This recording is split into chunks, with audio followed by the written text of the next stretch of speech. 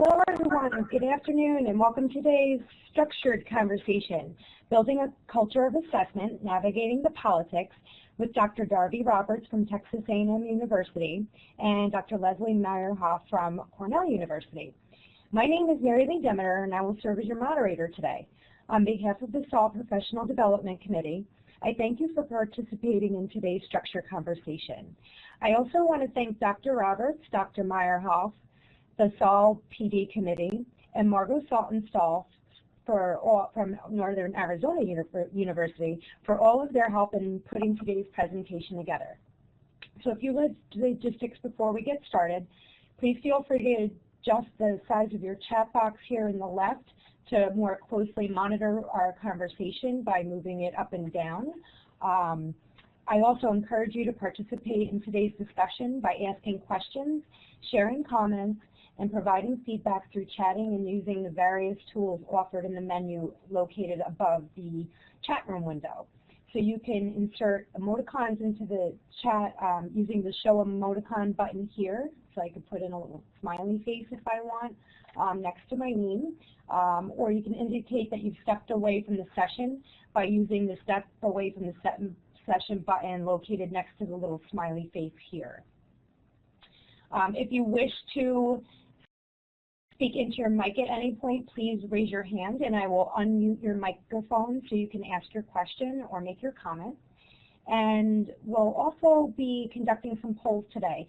So in order to respond to a poll, this little check mark above the chat is how you'll respond. Right now it's set to yes, no. It could also be multiple choice. That'll be adjusted as we go through the conversation. So while we're primarily using the chat room for your questions and comments, if you do have a microphone, like I said, please feel free to raise your hand and I'll unmute you so you can contribute to the conversation. So finally, without further ado, we'll get started with today's conversation. Building a culture of assessment in student affairs requires knowledge of the content area and an astute understanding of the political environment. Politics, or using power and relationships within a department or division to achieve changes that benefit students and the institution, can garner resources, create partnerships, and ensure support for assessment efforts. This structured conversation will address some of the key political issues and the way to build influence. So without further ado, I'd like to introduce today's presenters. Darby Roberts is the Director of Student Life Studies at Texas A&M University. The department serves the Division of Student Affairs and Student Organizations, partnering on nearly 300 projects per year, conducting departmental program reviews, developing training, and enhancing the culture of assessment on campus. Darby also focuses on assessing and documenting student learning in the co-curricular and frequently writes about and presents on student affairs assessment. Leslie Meyerhoff is Director of Student and Planning in the Division of Student and Campus Life at Cornell University. The division includes both student development staff and administrative support units, which require very broad definitions for assessment and outcomes.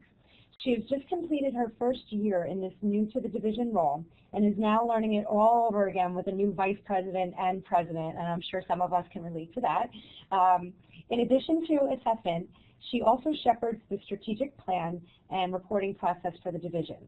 So now sit back, relax, and join the conversation as Dr. Roberts and Dr. Meyerhoff help us understand how to navigate politics when building a culture of assessment. So Darby, Leslie, welcome. Thanks, Mary Lee. We are glad to be here.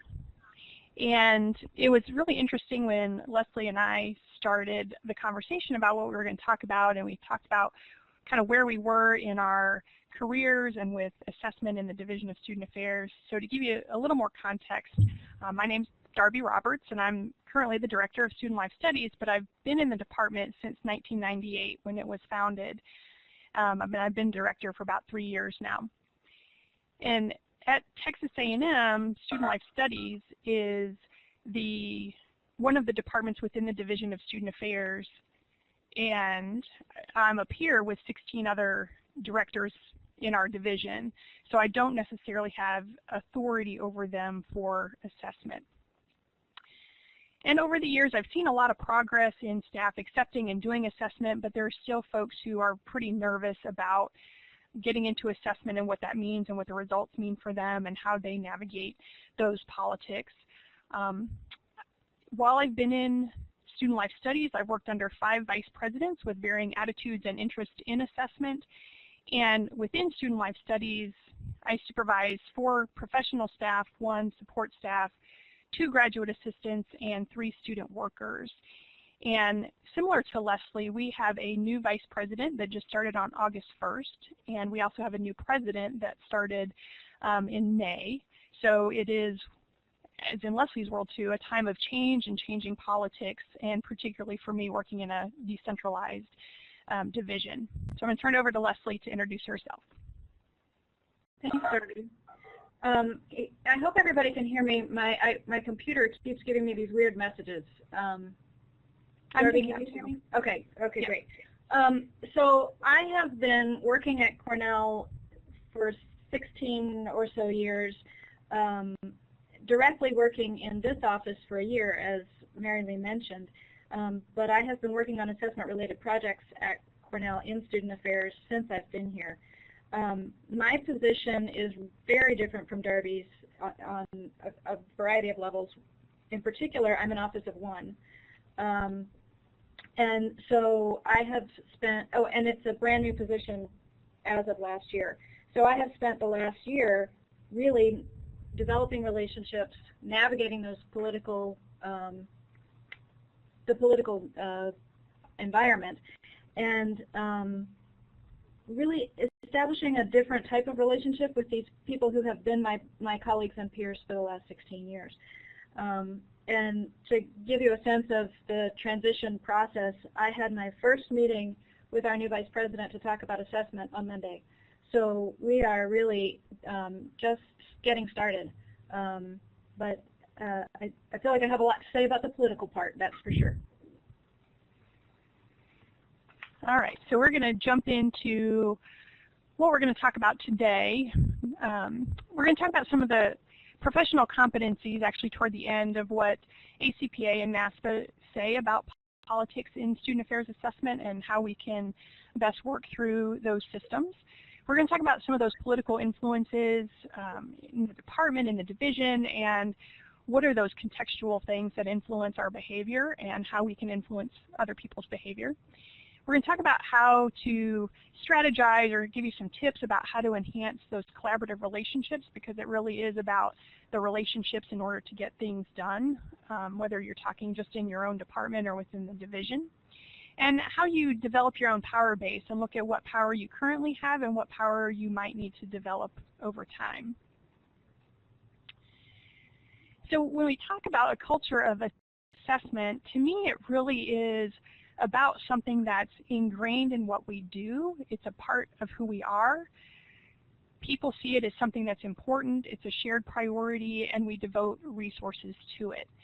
So when we think about what that culture of assessment is, it's about how we look at ourselves for improvement, and it's something that we do fully and with resources so that we're providing evidence of our effectiveness. Just to add, another way of saying the same thing that's already on these slides and that you've already said is from Gavin Henning. He describes the culture of assessment as a set of pervasive actions and behaviors by staff across an organization. And the organization could be a unit, a division, a university, that focuses on the collection, analysis, and use of data to make decisions regarding the accountability and improvement of programs and services. All the same things that Darby just said, just a different way of organizing those words. Yeah. So it's something about that we're having leadership promote that, we're providing resources for it, we're building that capacity, so it is something ingrained in what we do, in who we are. So our first question is just to get you thinking about where your division is right now. How committed is your division to building a culture of assessment? And Mary Lee, can you give us instructions one more time on how to do the poll?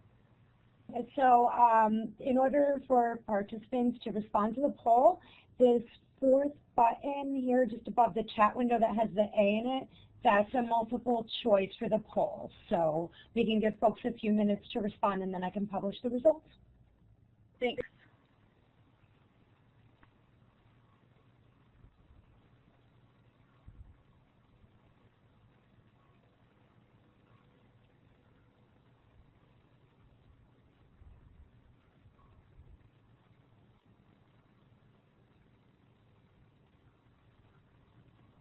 give it about 30 more seconds. I see a few responses are still trickling in.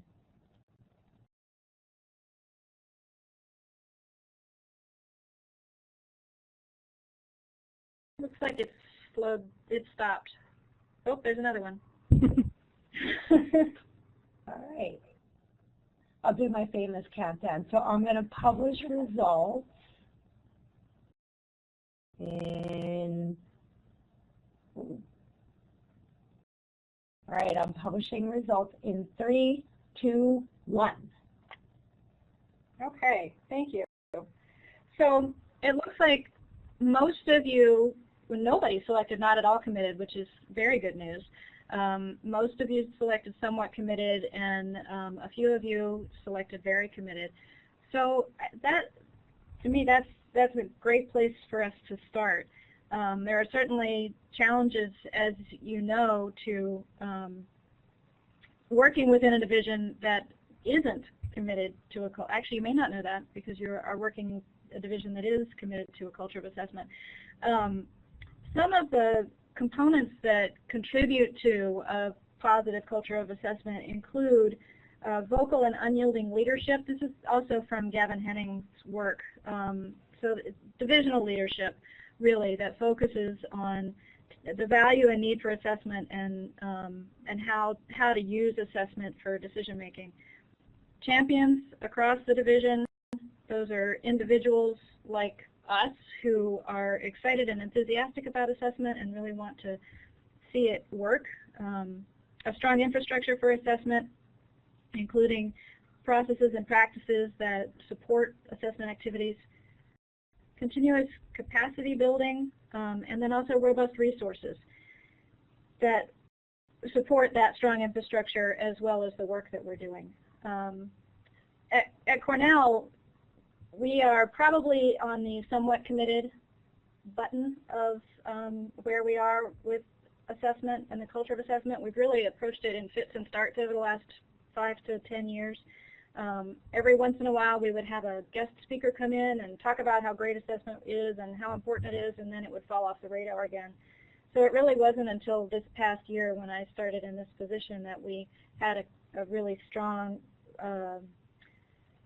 focus on this is important, and we're going to put resources toward it, and we're going to teach you how to do it, and we're going to make it a part of our process from here on out. And we'll see how that works with our new leadership, because we're working with people with a wide variety of skills and abilities and interests in being a part of this. So I think we'll have to have this be a to-be continued conversation about how things go at Cornell in terms of our commitment. And I think to add to that, it's a culture doesn't happen overnight, and so you also have to figure out the amount of time and effort it takes to build a culture and what that looks like on your own institution. And so as Leslie talked about, some of those concepts regarding that culture of assessment, those things don't happen overnight and can sometimes change over time, as you know, with different change in leadership or how resources are allocated. That might ebb and flow a little bit, but hopefully that there is that basis and foundation in that culture of assessment that you can continue to build on so you can become from the somewhat to the very committed. Exactly. Thank you, Darby. So this whole conversation is about the politics, navigating the politics of assessment. And so the definition that we're using for politics is what's here on the screen, using power and networking within an organization to achieve changes that benefit an organization or individuals within it. To me, power and networking is about relationships. And as I think I've already mentioned, it's how I have spent the last year. Because I have the benefit of longevity at Cornell, I had relationships with the people that I'm working with, but in this new role, I've had to develop new relationships. I've had to redefine the role that I play. I've had to redefine the way that I interact with my colleagues, create new allies. And one of the most important things, I think, has been to find ways to build on people's strengths, my strengths, my colleagues' strengths, and then our strengths as a division, so that we can build something that will be sustainable and successful. And then I've also worked very hard, especially in the last several months to establish new relationships outside of the division. We have started a MOOC. We've started a group of people who are participating in a MOOC that's run by the University of Michigan that's about learning analytics. And we have brought together people from many of the colleges and many of the divisions in the university to sit down together, take this MOOC together, and figure out how we could use learning analytics as a way to help answer some of the larger meta questions that are plaguing us right now that we haven't been able to answer. And so it's really exciting to be a part of this larger process where we're engaging with each other, asking important questions, and together figuring out how we might get the information that we need. So that relationship building has been critical to my feeling successful and my helping this organization build its assessment culture. Did you want to add anything to that, Darby? Nope, I'm good. That's totally on target for me too. Great. But that does lead us into looking at power in its relation to politics, because those things are so intertwined. And really thinking about the types of power that you have in student affairs assessment, whether you have thought about this or not, you have power and it's based on different things. So position is hierarchy, and that's the chain of command. Where are you? Who do you report to? Who reports to you? So I report actually to an assistant vice president. I don't report directly to the president. And so while I am considered a director, I'm not in a supervisory or hierarchical role for division assessment. But where I can exert some power too is in some of these other roles of thinking about expert power, and that's if you have a particular skill or knowledge in a certain area, particularly that maybe other people don't have, where you can be seen as the expert. So for those of you that are working in student affairs assessment full-time, lots of other people in your division or across campus may see you as an expert because they don't have that expertise in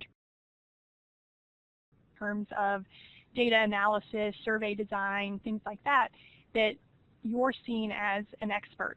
And if you're not seen as an expert now, hopefully you'll develop those skills to be seen in that way, that you have a particular skill or knowledge that a lot of people don't have. I also find that I also teach in our student affairs master's program, is I'm seeing more students who are coming into the program that are really interested in assessment and want to go into assessment, which may be challenging for some of our more seasoned staff in the Division of Student Affairs or across campus who haven't necessarily come up with that motivation for that desire to participate in assessment. It may be that younger people or less experienced, seemingly less experienced folks have actually more experience in assessment than some of our more seasoned staff do. And then referent power, Leslie talked a lot about being in relationships, and that's really powerful, and that's very true. I have been at A&M a long time as well, as similar to Leslie being at Cornell, and so even before I got into student affairs assessment, I had relationships with people throughout the division, and that helped me in that transition period and the ability to make assessment relevant to them and to be able to talk to them on multiple levels, not just about what assessment that they need to do and how they need to use that information. And it's really about those relationships that you form to build that trust, to build that agreement, to really form those bonds that make assessment a little bit easier for those people who fear it. Being able to talk to them on that relationship level, not even as that expert level or in the position of power. And then information. So assessment really is about information as well, and that's controlling who has access to data and information and what data and information gets put out there. So as assessment folks, you have a lot of information at your disposal, and that can sometimes be intimidating to others, but it can also give you power as people realize you have that information and the ability to share it or withhold it. I'm a big transparency. Let's share information. Let's get that information out there so we all are talking about the same things and have the same amount of knowledge. But that does give you a certain amount of power because people see you as that information collector and distributor, so that you have the ability, you have that power in that relationship, that you have that information that it's yours to share or not. So kind of reflecting, and if you want to raise your hand or even type in the chat box, but think about people that you identify in your organization, don't name names, but who fit into those categories, and have you seen that used well or not work so well in your experiences? And as you think about that, and you might want to write something or raise your hand, but we're going to move to the next poll. So this is really, how well do you navigate power and politics in your division?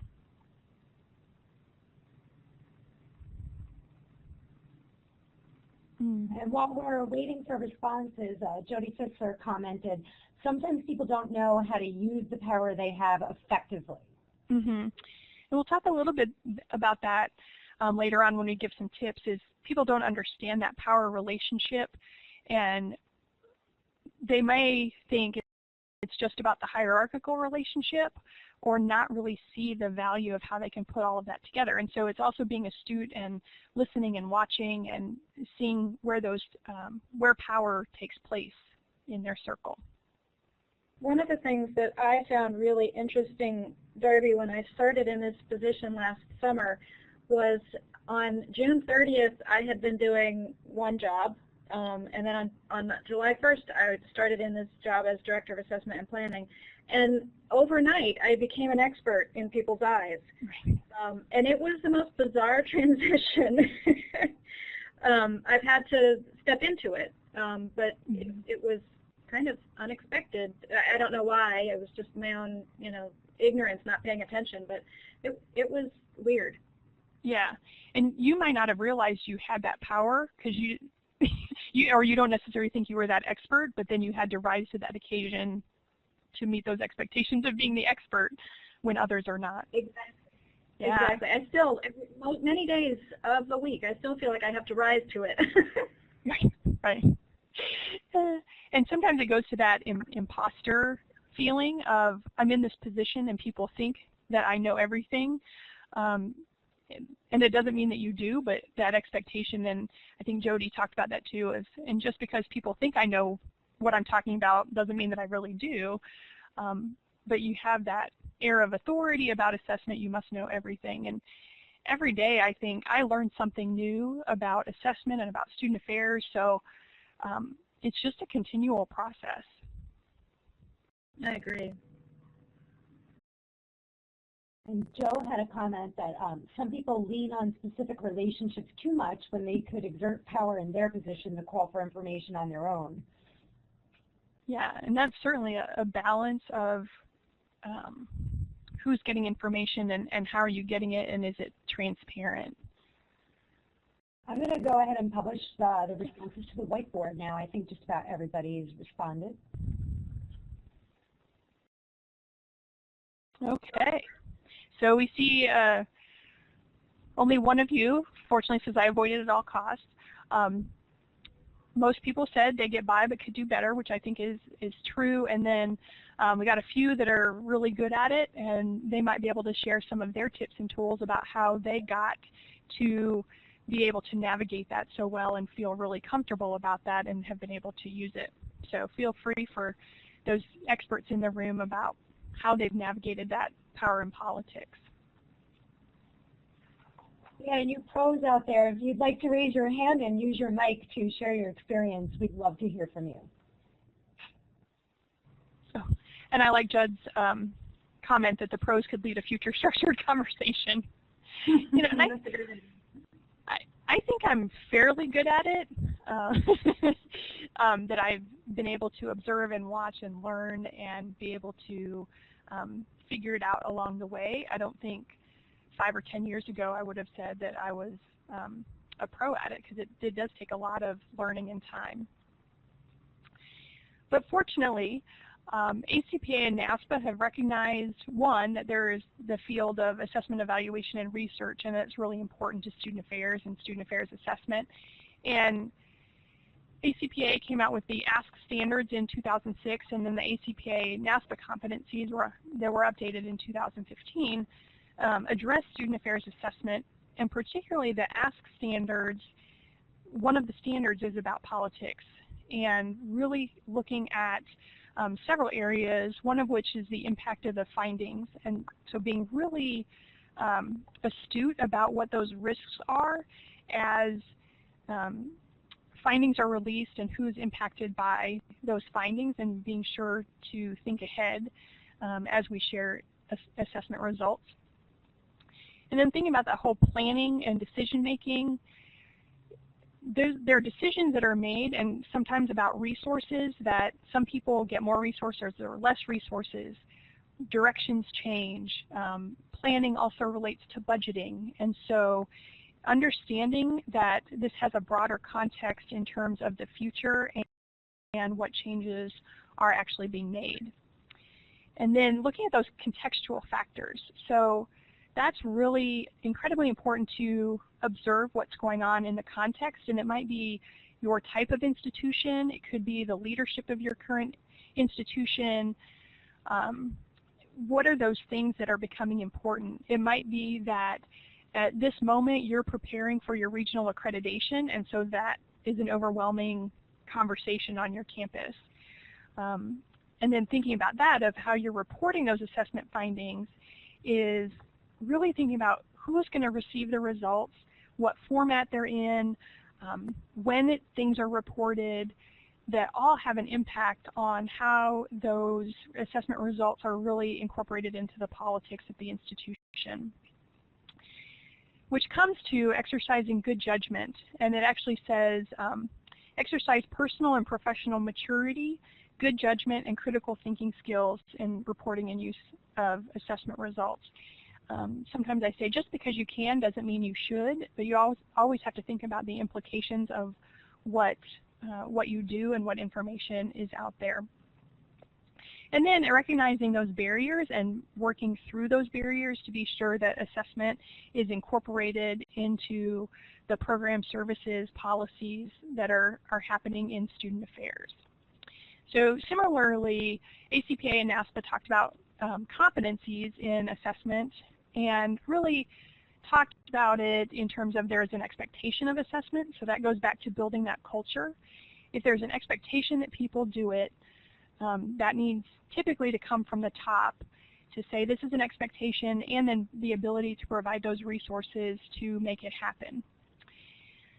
And as we've talked about in terms of relationships, thinking about collaboration and how you're working with others, whether that's within the division, within a department, outside the division, outside of the university, but thinking about that whole process and understanding who needs to be involved, and what then thinking about the confidentiality, how are we working through some of those issues in terms of what information gets out there, but thinking about that collaborative effort and who your stakeholders are.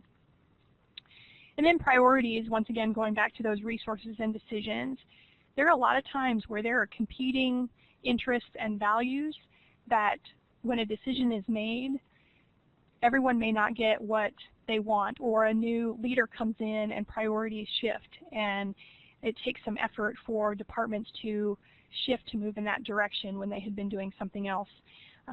So really thinking about what are the priorities in the division and in the departments to move assessment forward, and as a student affairs professional, thinking about how you help others manage those priorities and be able to assist them in that big shift. And then looking once again at resources of things can be reallocated. You might be advocating for more resources. Sometimes I tell folks who are really leery about doing assessment because they're afraid of the results, is that they can use assessment to garner more resources and have a greater impact. So really thinking about how you can use it to get more resources.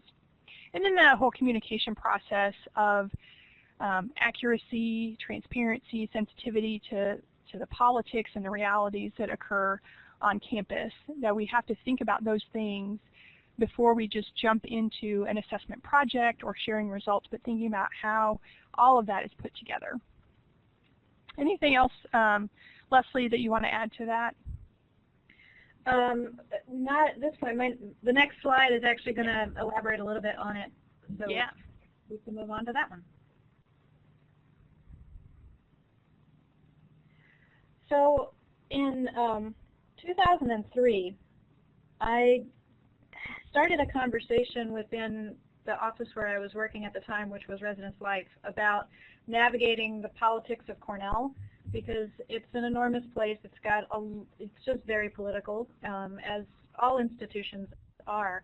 And so I began asking people that I perceived to be really good at navigating politics about what their tips were. And so I'm going to talk about some of them now. So this is coming from people that I think of as experts at navigating the politics and who would have answered, yes, I'm a rock star in this area. And I see it in 3 different categories, some of which Darby's already referred to in the NASPA and ACPA competencies. So the first one is know your context. Be aware of your environment and the changes that happen in your environment. And changes can happen really unexpectedly. People and positions change, priorities, language, resources, vice presidents, presidents, strategic plans, you name it, those kinds of things change. And it's really important to be aware of that climate and who has the power in the context or within your environment, so that you can really be good at navigating these politics. The second one is about knowing yourself. And I think it's important not to let the naysayers distract or discourage you. And I don't think I can say that to myself or to other people enough, because the naysayers can have really loud voices. But if you can focus on your allies and your champions, I think it will get you much further along in your work than focusing on those people who are naysayers, because they can really drag you down. So know what your limitations are and your strengths. Continue to learn. Darby just said that she learns something new every day. I do. I learn more than one thing new every day because it's still all coming very fast. One of the things that just makes me laugh out loud is this idea of cave dwellers. CAVE stands for Colleagues Against Virtually Everything. So those naysayers could be the cave dwellers. So I would say spend your time with early adopters, those young staff that Darby mentioned earlier, or those people who just really, really, really want to know more about their students and how they can help their students develop. Laugh and have fun and learn from your mistakes and don't repeat them. And then finally, this has been my theme all along, is about building those relationships. And the last thing Darby talked about was communicating, and just be like the Postal Service, or voting. Is it voting? Communicate early and often. And remember the golden rule. I think those 2 right there are really, really important in terms of having strong relationships across campus. A few minutes ago, Leslie D. made a comment when we were talking about power, and she said that it's important to recognize who in the division has power and social pull. And that's about relationships too. You need to know who those people are and to understand how you can benefit from working with them and when you might want to avoid working with them. But what are those, how do you navigate around that? Some other tips, I'll probably be repeating myself, so apologies, but be transparent. Understand that others might not be as excited as you are about assessment. I know it's hard to believe, but it is conceivable that there might not be as much excitement outside of your office as there is inside of it about assessment. Be open about your agenda, be clear, and don't mislead others. I already have up on the screen, listen. Communicate not only with those around you, but communicate in advance with those above you so that they can help support the agenda, so that you're not pulling a, you're not surprising them with information or with a project that really was out of left field. Endeavor to find common ground with your colleagues. Cultivate allies, be on your best behavior, and choose your battles. So that's the knowledge and expertise that I gained and gathered from the experts that I saw at Cornell. And these are also things that I've added to my own list along the way. But I find this to be really helpful to think of as a way to think about how to navigate being at Cornell and doing this new job. It's been really critical for this last year for me to remind myself of these tips. Anything you wanted to add to that, Darby? Yeah, I think one of the things, because you and I were at our institutions for a while before we moved into assessment, but some of you I know have recently moved to new institutions where you might have been at your previous institution for several years. You knew the people, you knew the processes, you knew the politics, and then moving to a brand new institution, I think it's so incredibly important in that building the relationships area of listening, watching, and trying to find who has the power, who navigates power and politics really well, and like you said, meet with them and say, okay, how did you become successful? What are the tips that you would share? Because you don't want to step into a new environment and a new position and blow it from the very beginning and make some enemies. You want to be going in there to be able to make colleagues that you can work together with. And so really paying attention at the very beginning of what's going on and understanding, if you report to the vice president or an AVP, of what his or her expectations are about that and how you get done, the things get done, and what support is there. So I can also say from my experience, our division is very also decentralized. So there are not very many things that come down mandated from our vice president's office. A lot of it, the autonomy is given to departments.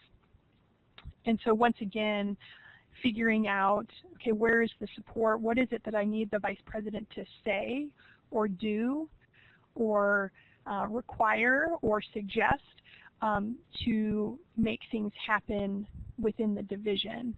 And knowing when to use that and when to use other sources of power to work with things, but always keeping, like you mentioned too, keeping your supervisors informed about what's going on and what assistance that you need.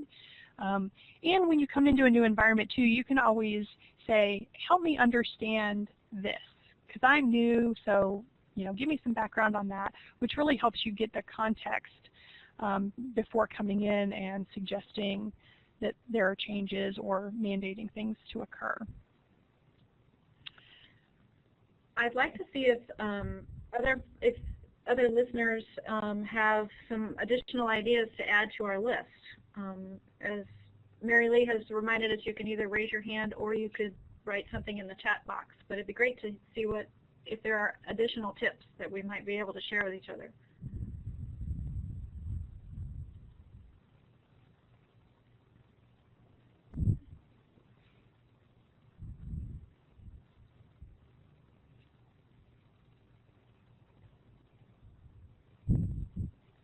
I just want to speak to the comment about being somewhere new. I'm somewhere new right now. I just started in my new role as the Director of Assessment for Cumberland County College last month. I'm still learning. There's a lot of suggestions I don't know that I want to make because I feel like I don't know the culture, the students, the staff, the faculty well enough. But as I gather information, I'm trying to think of some ideas that will help make the process run more smoothly in the future. So that's kind of where I'm at. So if anyone else is new, I'd love to hear what you're doing and how you're kind of getting to know your campus to help move assessment forward. It looks like we're getting some good comments in the chat box. Mm-hmm. As you were talking, Mary Lee, I was thinking about the difference between being in a new position at a place where I've worked for a long time and being in a new position at a new institution. There's so much more to learn in the position that you're in. And you use the word patience. It's hard sometimes to be patient because there's so many things you want to do.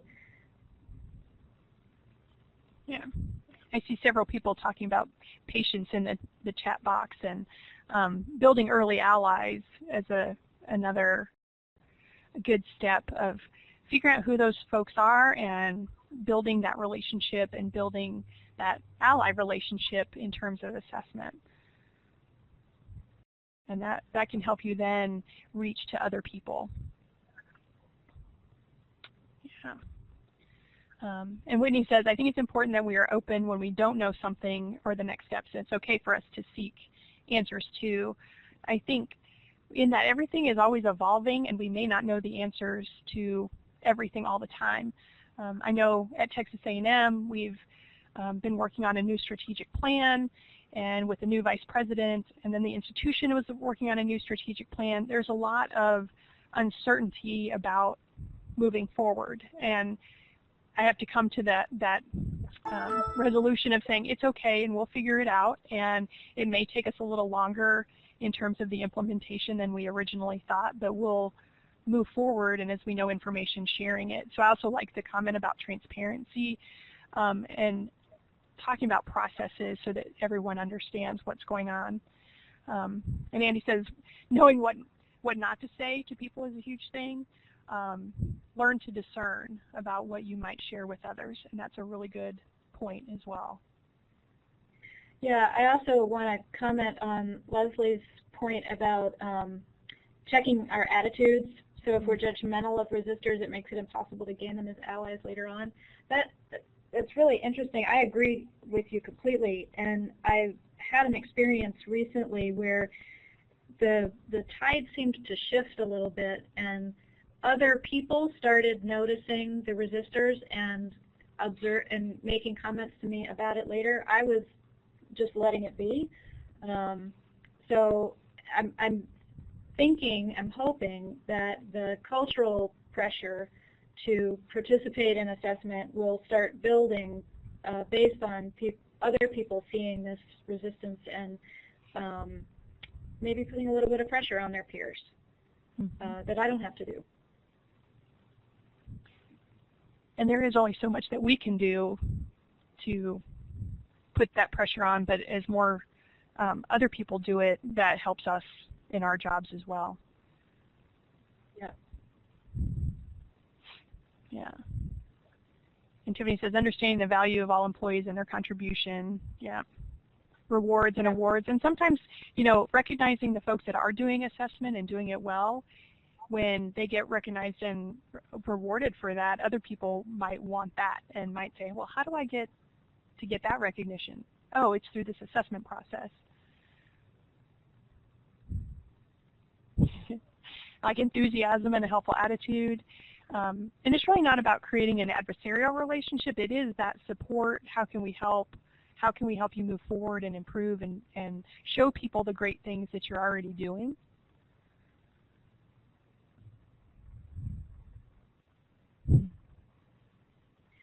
And really turning conversations around. There's so much anxiety at Cornell right now because there's so much change. And still a lot of ambiguity about what people will be expected to do with our new leadership. And so people they just want to be told what to do right now because there's so much, they're just overwhelmed. And I had a person who works in one of our offices come up to me the other day, and she said, just tell me what it is that you want me to do for assessment. What do you want me to assess? And I said, well, it really isn't about what I want. It's about what you want and what you need to know in order to be able to do your job better. And I anticipate that conversation will happen a lot because of people's own anxieties and because we haven't yet rolled out what our expectations are, and so it isn't clear. And some of that's just because of our new leadership, and we haven't had time to work out all the details yet. but really helping people see this is about your work and your relationship with students and how you're having an impact on students and helping them to learn, rather than this is a process that we're doing because we have to check it off our list or because we need it for accreditation, that sort of thing. Not that accreditation isn't part of why we do it, but it's not ultimately the reason that we do it. Yeah.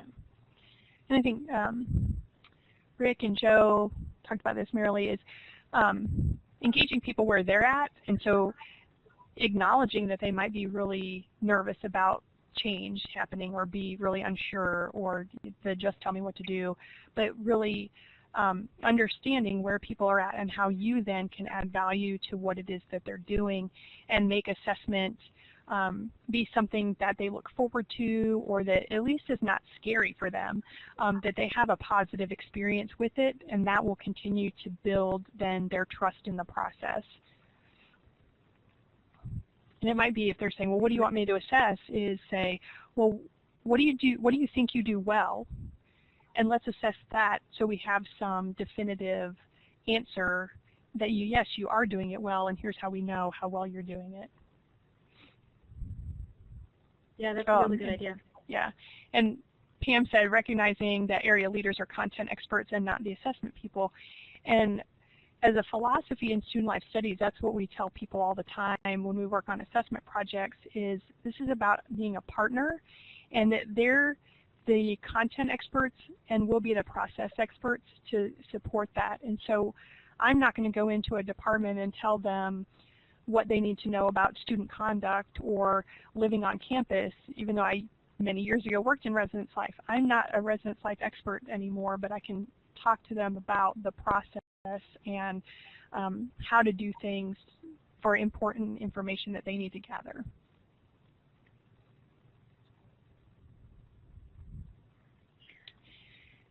So go ahead, Darby. Were you going to say something?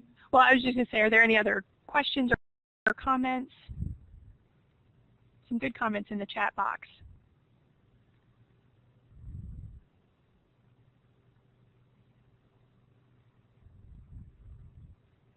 Anything that you were hoping that we were going to talk about that we didn't?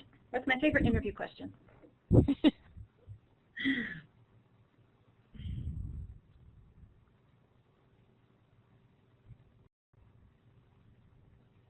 Ooh, thinking bottom up. Yeah, that's a great question. Yeah, I've seen that both ways, top down and bottom up. I think building it bottom up is finding those people who are really interested in assessment and quality improvement, who might be working with their individual programs or within their department, and get them excited about it and work on something that is going to be successful or something that they're passionate about, and so that they can then be a cheerleader to say to other people, hey, this is a really great thing, or here's what I did, and it really wasn't too onerous, and here's the great result that happened from that. I think you can do that, and you really need it both ways. So we spend a lot of time working with our frontline staff, basically, but our new to mid-manager level, and really they're the ones who are doing it on our campus, and so it's really important that they get excited about it. So anything you can do in terms of training, so training not just about the culture of assessment, but training about particular assessment methods, something that is manageable and meaningful, because we're all really busy people, and so the more tips and tools that you can give people to help them, the easier it's going to be and the more excited they're going to be actually doing it and then seeing something positive from the results. The other thing that I would add to that, go ahead, were you going to say something else? No, I was going to ask if you had anything to add, Leslie, on that one. Yeah, I'm thinking back to one of the comments about meeting people where they are and finding ways to communicate with staff using the tools that they use for communication. So I have a variety of different methods for starting a conversation about assessment. And one of them is a bi-monthly blog.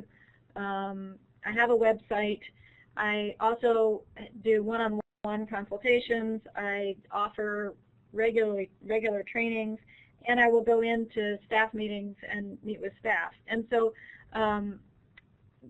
finding ways to infuse information about and enthusiasm about assessment at a variety of different levels and points of contact, I think can help build what you were talking about, Darby, the enthusiasm and the excitement, so that staff can start spreading it around and saying, you know, this was really cool, this is what I learned, and this is how I made changes, and this is what happened. When they start doing that, that's really exciting. Mm-hmm. I had an aha moment at one point, and I laughed at myself, really. I realized that we had a pretty good culture of assessment when staff would come up and tell me a couple things. One, they would tell me that they received a survey and that the questions were poorly written, and in the comment box they told them how they needed to rewrite their questions, and I thought, oh, I've made an impact, because they actually see that in a different context and can recognize good and bad assessment. And then the other one is when people joke about it, and I like that, because that either might say, don't worry, Darb, I thought about assessment from the very beginning. I didn't wait till the last minute, but or have some joke about incorporating assessment into what they do, because then I realize it's at the top of their mind, maybe not the first thing, but that they're keeping that in mind and can have a sense of humor about it as well.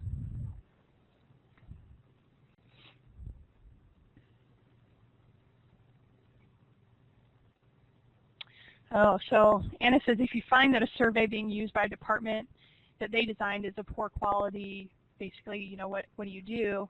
I always volunteer to help them and say, hey, you know, saw you did this survey. That's great that you're getting into that process and that system. That's really exciting. Let's talk about what information you got from it. Did that meet your needs? If it didn't meet your needs, how do we move forward?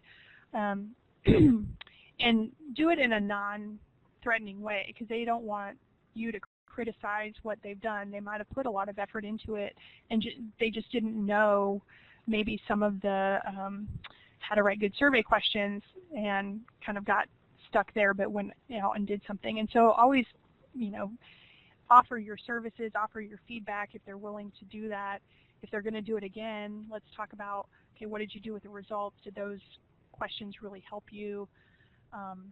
You know, we have some of our staff too like to ask 100 questions, and I say, what are you going to do with those 100 questions? How many of them are truly meaningful that you can do something about? And Sonia says, the assessment team here criticized my work last week. It was fab. That's true. Yeah. So people can have a good conversation about that. Other suggestions, Leslie, for what do you do if you find a department that designed a low-quality survey?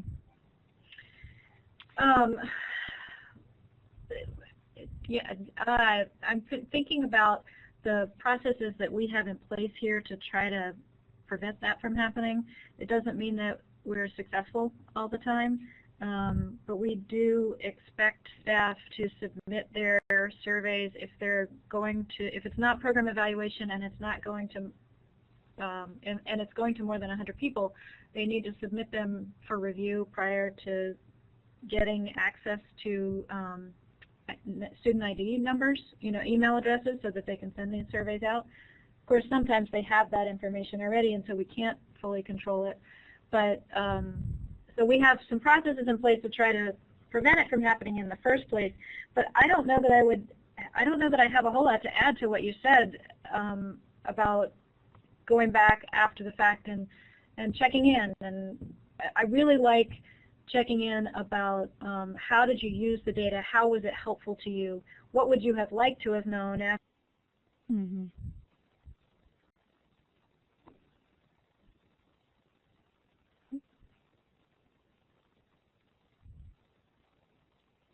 You got the results, because that can help refine the future surveys a lot. It may lead to having to do some focus groups to get better information. It could mean having to do another survey, but hopefully not another survey.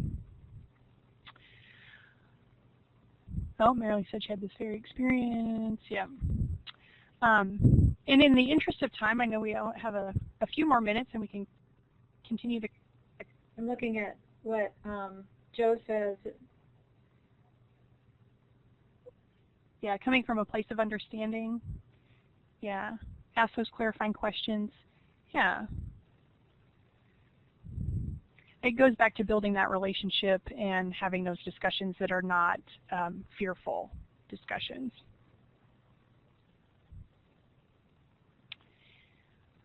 One resource I want to highlight as we come to the end of this, there's a new book that is coming out that has some really good information. If you're at the point of coordinating that student affairs divisional assessment, that's your position, or you're hoping to get to that position someday soon.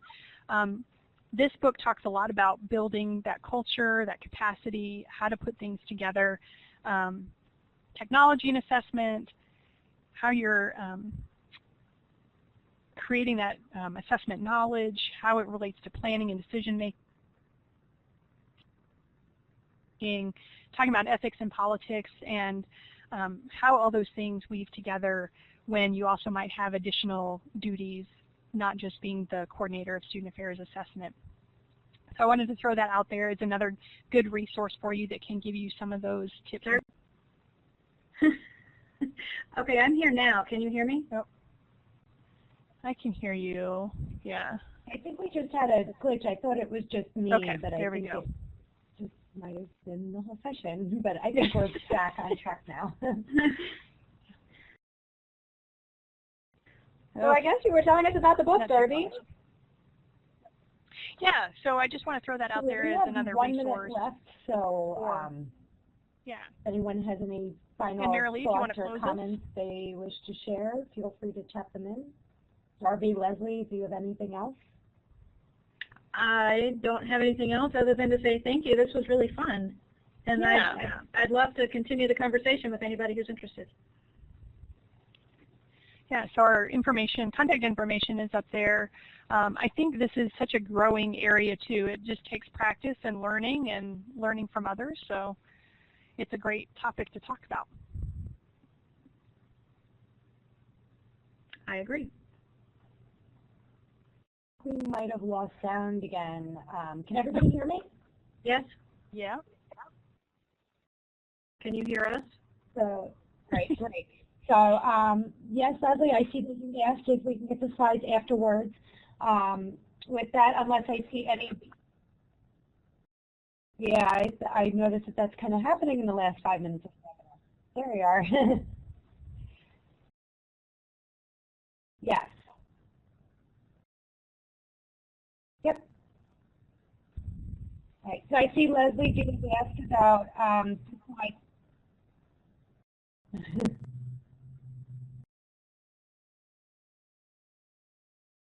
So Marilee, will you be able to send out the slides to the people who are registered? Oh, there it is. You got it in the chat. Great. Okay, so with that, I will end today's session. If you have any questions for Darby or Leslie, their contact information.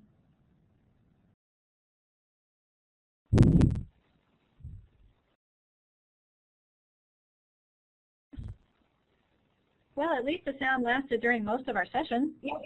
So yes, once we have the link to the recording, I will send out the link to the recording, I'll send out the slides, and I will send out an assessment of today's structured conversation so that we can continue to improve our structured conversation series. I want to thank Darby and Leslie for joining us today and talking about their experiences with politics of assessment. This has definitely been helpful for me, and I'm sure it's been helpful for all of our participants today. And I want to invite you all to join our next structured conversation, which will be with Sonia DeLuca Fernandez from New York University. That will be on November 18th at noon Eastern Standard Time.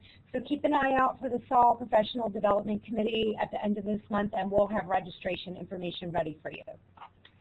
So thanks again, Darby and Leslie, and everyone have a great day. Thanks, you too. Thanks.